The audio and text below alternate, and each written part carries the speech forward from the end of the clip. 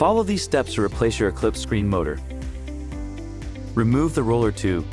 To do this, open the front cover of the cassette box.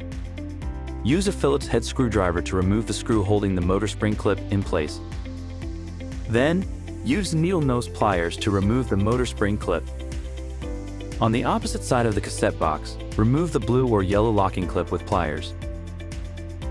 Lastly, squeeze the white retaining clip to release the pivot side and lift the roller tube out of the cassette box. Pull the motor from the end of the roller tube. Do not pull it completely out yet. Once the motor tube is loose, lightly tap it out of the roller tube. It will come free after a few pulls. Attach the reducer and drive to the new motor and slide it into the roller tube using the divots.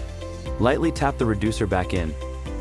Reinstall the roller and fabric back into the housing. Power up the motor and proceed to programming.